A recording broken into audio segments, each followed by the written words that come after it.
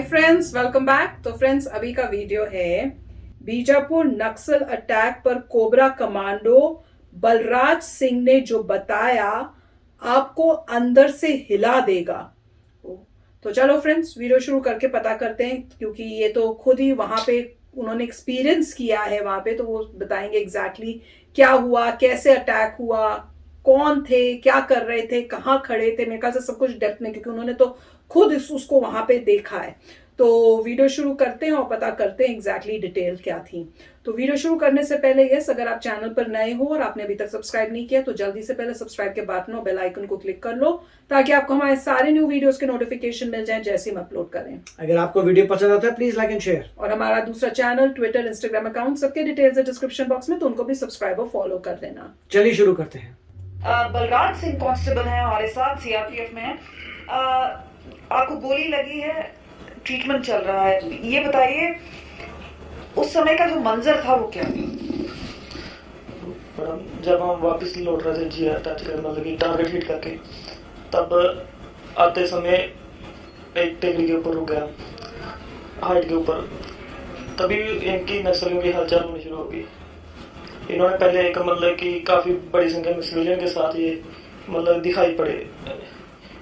तो उस समय हम एकदम मतलब कि ऑलराउंड डिफेंस लेके बैठ गए। कुछ देर बाद इन्होंने इम्प्रोवाइज जो बम वगैरह थे उनसे मतलब हाइट के ऊपर गिराने शुरू कर दिए। और कुछ देर बापने में कि किधर से फायर हो, लेकिन चारों तरफ से मतलब इन्होंने घेर रखा था। साथ में दो बड़ी हाइट थी, उनके ऊपर से वो लगातार फायर कर रहे थे।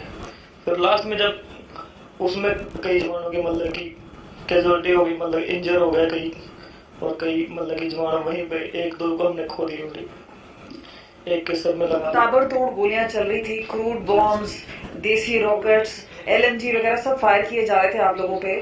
तो आप कहाँ पे थे उस वक्त और आपका क्या रिस्पॉन्स रहा? जी, मैं पहले मेरे तो पास ही में एक आगे जब इम्प्रोवाइज वो बम गिरा तो वो ऐसे सब के लग गया, मतलब पाँव में स्प्लिंटर्स को। तो उनको मैंने मतलब कि बांध दिया अपनी पगड़ी से पैर के ऊपर। तो उसके बाद में जब फिर हमने डिसाइड किया कि अब निकलना पड़ेगा इधर से, नहीं तो फिर हाइट में मतलब कि पहली बार मतलब हाइट खतरनाक साबित हुई है फौज के लिए।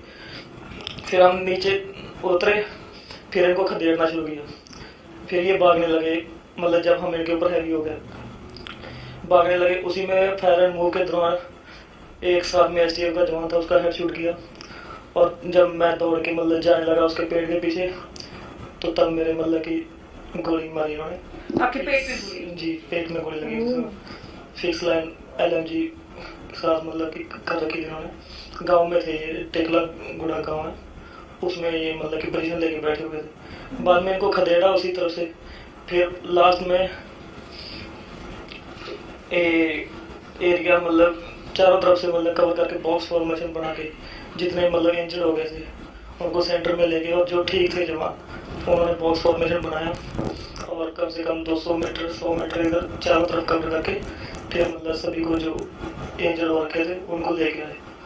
हाँ, ये आप बताइए कि उस समय आपने बिल्कुल मौत को करीब से देखा होगा। सर, उस समय क्या लग रहा था कि बच पाएंगे, या आपको लग रहा था किसी कुछ भी हो सकता है? नहीं बच पाएंगे, वो तो श्योर ही था कि बचना ही था मेरे को, क्योंकि सभी जवान मेरे मतलब कि इतना सपोर्टिव थे उस समय कि लड़ भी रहे थे, मेरे को भी देख रहे थे। और उसके बाद में फिर मैं खुद बोला उनको कि आप लड़िए, मैं ठीक हूँ, मैं चल के पहुँच जाऊँगा मतलब कि अपनी मंजिल तक, आप लड़ते रहिए बस। तो फ्रेंड्स, वीडियो में पूरी ब्रेवरी झलक रही थी उनकी, और जिस तरह से अगर आप देखो तो उनको बोलने में भी बहुत परेशानी हो रही थी, और फिर भी वो बताने की कोशिश में थे कि हुआ क्या।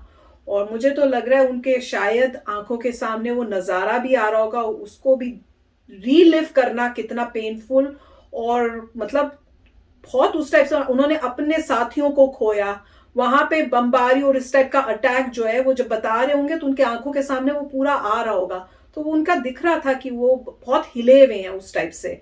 पर बहुत ही उनकी ब्रेवरी दिख रही थी कि कैसे उन्होंने चालाकी से अटैक किया।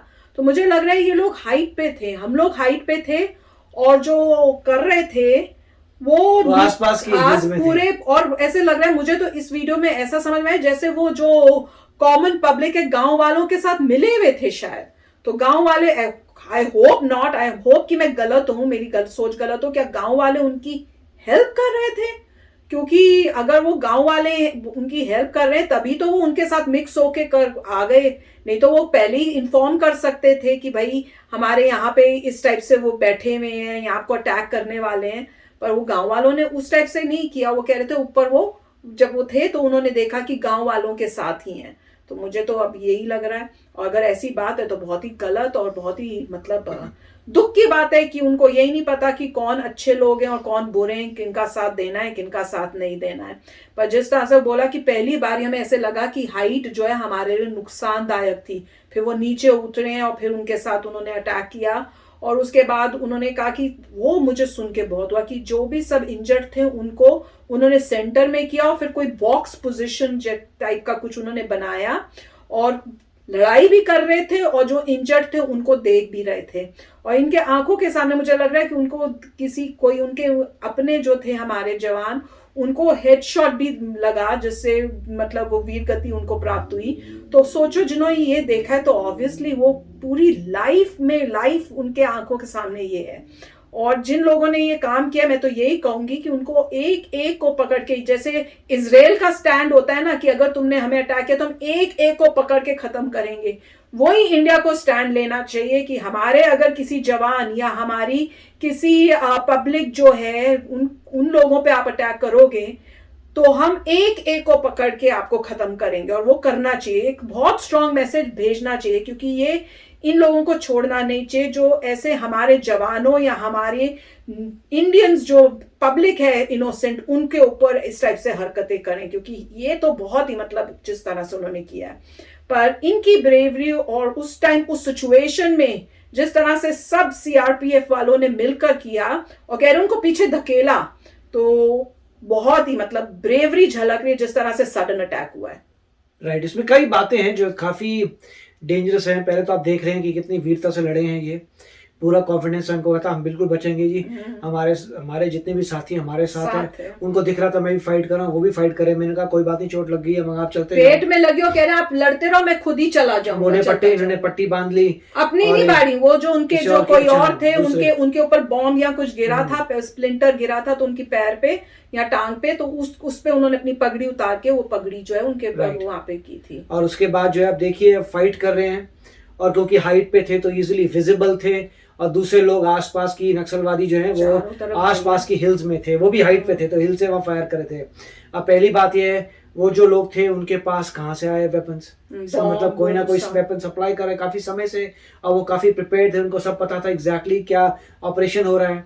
उनको पता कैसे लगा ऑपरेशन क्या, इसका मतलब उनको पूरी इन्फो थी कि ये ऑपरेशन होने वाला है। वो रेडी थे अपने वेपन्स के साथ, वेपन्स उनको कॉन्फ्रंट कर रहे हैं।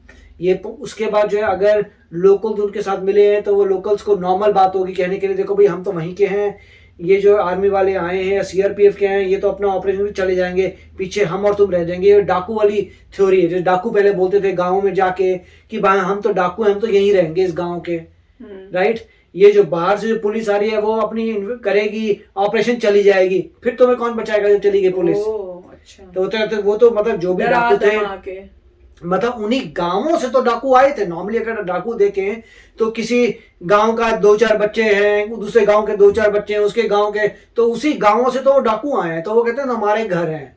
पहली बात तो ये है कि क्या ये आप ही के बच्चे हैं, तो अगर उस एरिया से एफिलेटेड है तो हो सकता है कि उसी एरिया के बच्चे हों नक्सलवादी, पहली बात तो ये। दूसरा उन्होंने ये भी उनको कहा होगा कि भाई ये तो ऑपरेशन कर जाएंगे, हम तो यहीं पर ही हैं, हम तुम्हें छोड़ेंगे नहीं अगर तुमने इनकी हेल्प की सीआरपीएफ की, तो ये ऐसी बात होगी। मगर ये क्लियर करना चाहिए गवर्नमेंट को कि क्योंकि अब नक्सलवादियों के इतने वेल प्रिपेयर्ड थे, इतने वेपन्स थे, उन्होंने इतने डैमेज दिया है लाइक अ वॉर सिचुएशन, अब एक बंदा नहीं बचना चाहिए। अब तो गवर्नमेंट को बोलना चाहिए कुछ हो जाए एक बंदा भी नहीं बचेगा। और मेरे ख्याल से उन्होंने कहा भी था सीआरपीएफ वालों ने कि अब हम तुम्हें देख लेंगे, एक बंदा तुम्हारा नहीं बचेगा। तो देखते हैं अब आगे आगे क्या डेवलपमेंट होती है।